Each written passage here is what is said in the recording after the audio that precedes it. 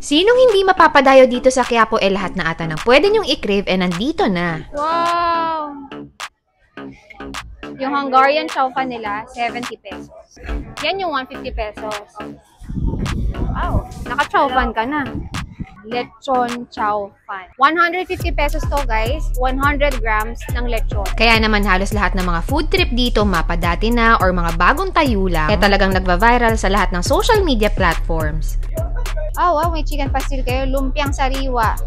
Puto, ito naman yung sa palabok nila. Super excited na nga ako matry ulit to. Kaya naman ano pang inaantay natin guys? Huwag na natin patagalin. I-try na natin!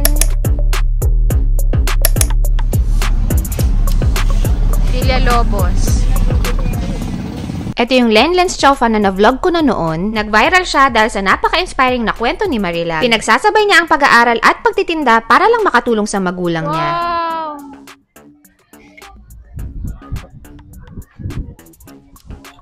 Pangalawa na yan. Wow!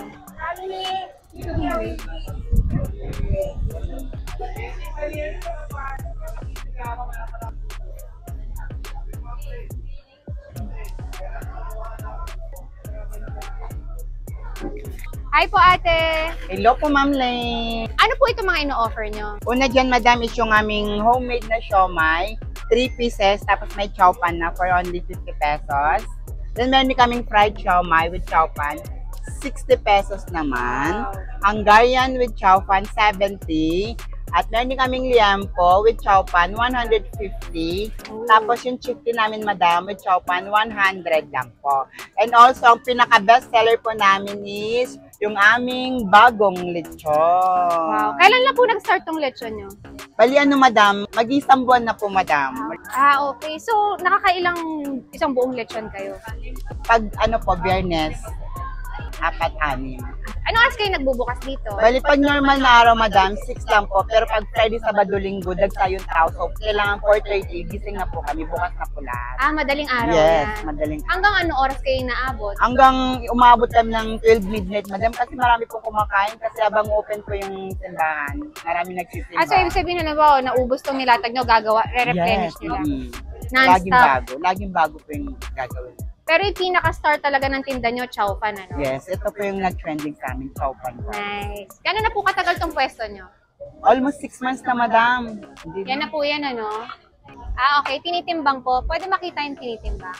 Candle lang So, yan. ano pong timbang nung lechon? 100 grams. Ah, wow. Apat. Ate, walang vlogger dyan, no? Wala pong vlog. Patas po tayo, madam. Mapa-vlogger, mapa-normal na tao. Patas po yung serving. That's good. Okay, that's good po. Kailangan patas lang ang ano. Oh, binawasan. Lutong.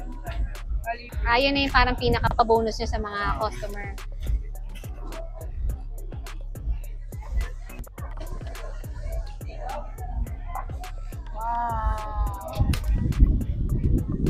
Yan yung 150 pesos. Wow, naka-chow fan ka na.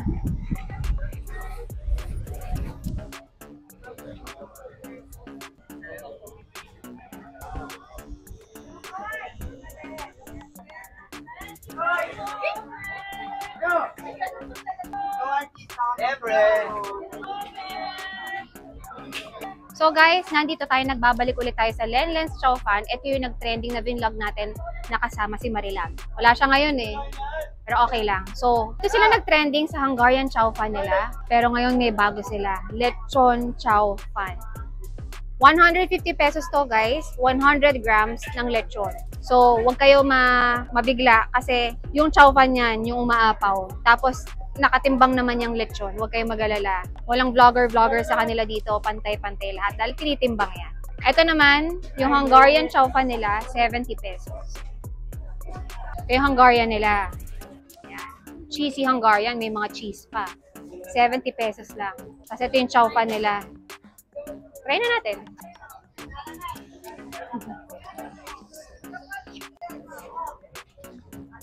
Ang init. Bagong luto.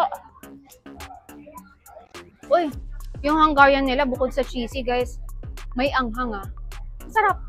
Sarap yung pagkaanghang niya. Ayan, maanghang. Okay, let's go.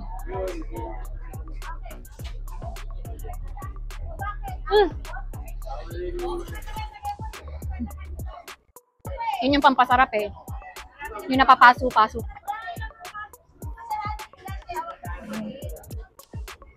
Oh. Try naman natin lechon. Ito yung lechon nila. Okay, huwag kayong mag-alala. Walang vlogger dito. Nakatimbang to. 150 pesos. 100 grams ng lechon.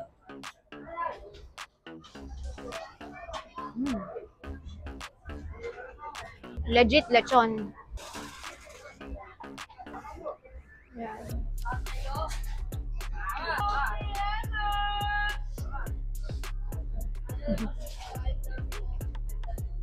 Malinamnam.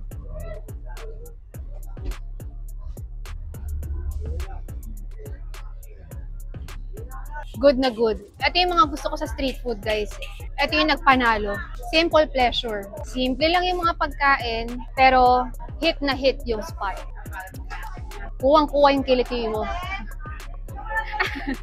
Yun lang yun. Mura pa. Affordable na affordable. Para sa lahat. Ito daw yung wag natin palagpasin, guys. Dahil itong sarsa nila, galing pa ng Pampanga. Homemade. Gawang Kapampangan. Konti lang.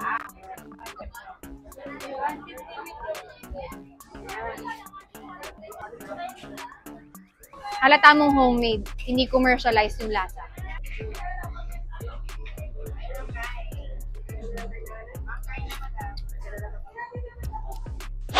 Ito naman yung famous sotanghon ni Nanay Rosa na nagsimulang mag-viral after the pandemic. Ang dami rin kasing excited lumabas dahil sa napakatagal na naging lockdown natin. At actually, ito rin yung panahon na unang sumikat yung pagbablog sa mga street food sa Manila. Sotanghon. Lumpiang toge. Tapos ito po. Oh, wow, may chicken pastil kayo. Lumpiang sariwa. Puto. Ito po. Beef mami. So, yan yan. Ito naman yung sa palabok nila.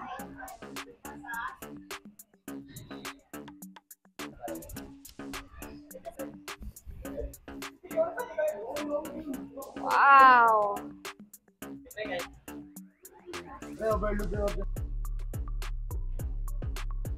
Kuya, ito yung pinaka-bestseller niya. Opo, ma'am. Sotanghon po, ma'am. Magkano yung ino-offer mo dito? Meron po tayo 60 po na with egg, tsaka po overload natin po may laman na pork.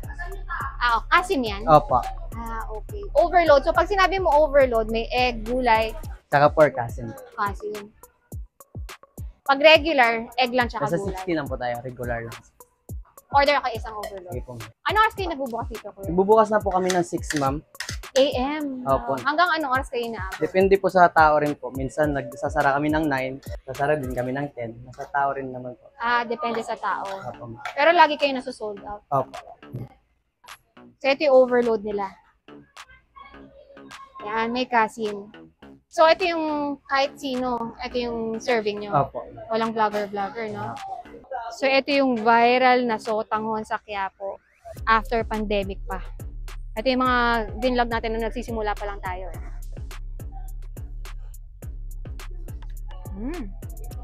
Peppery, malasa. May konting anghang na dahil sa pepper. 60 pesos, regular. Ang overload nila, 80 pesos. Oo, hindi nagtaas. Kaya siguro marami pa rin kumakain sa kanila. Hindi lang talaga dagsa yung oras na pumunta tayo. Yan, oo.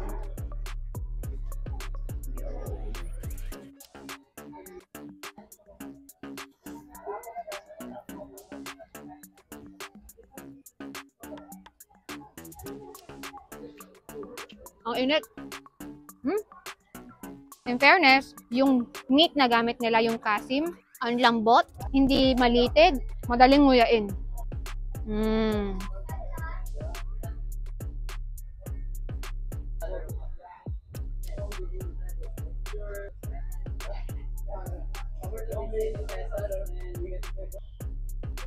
Isang malupit na subo.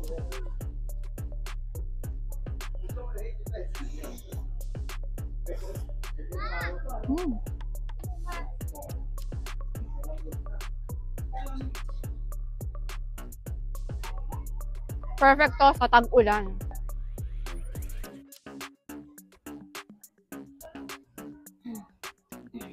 Ooh, unlimited sabaw sa kanila.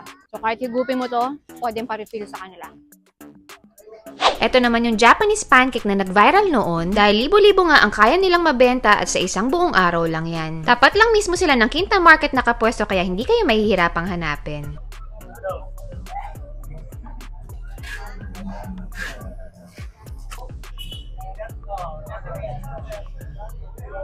Wow.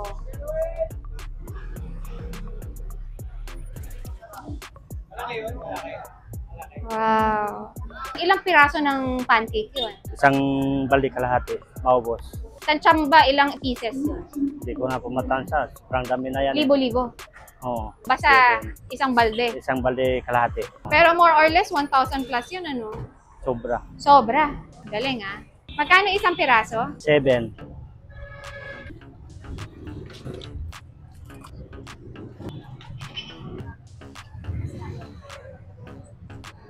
Sakto-sakto, no?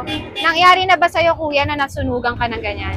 Hindi pa. Hindi naman. Alam mo yung minuto kung kailan mo siya babalik rin, eh. Opo. No? Tansya mo na rin yung init niya. Oo. Pasan yung ipapatong mo dito sa may flavor? Ito po. Magiging ganyan siya. Naka-sandwich, yes.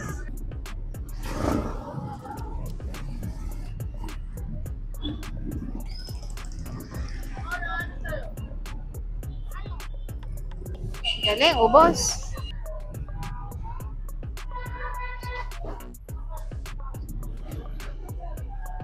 Non-stop yung luto ni kuya, oh. Automatic na, tansya na eh. Saka kahit makipag-chismisan si kuya, alam niya kailan tataob. Japanese pancake, 7 pesos lang, chocolate flavor.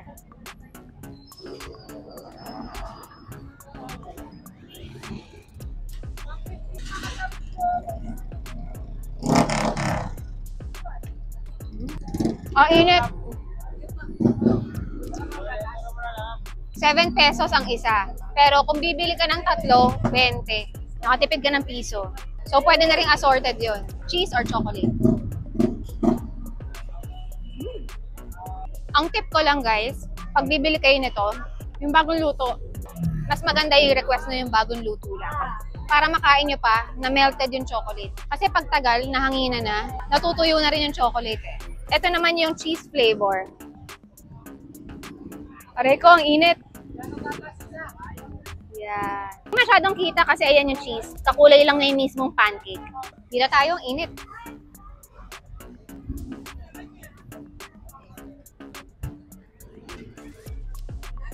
Plain lang. Kung tatanungin nyo ako, mas gusto ko yung chocolate. Pero kung gusto nyo ng medyo light lang, go for this, yung cheese. Pancake na pancake yung lasa niya. So sa mga hindi pa nakaka-subscribe sa akin, guys, don't forget to subscribe and like this video. I-share nyo na rin sa mga friends nyo na mahilig mag-food trip. Don't forget to comment down below kung meron kayong mga recommendation na gusto nyong patry sa amin na food trip.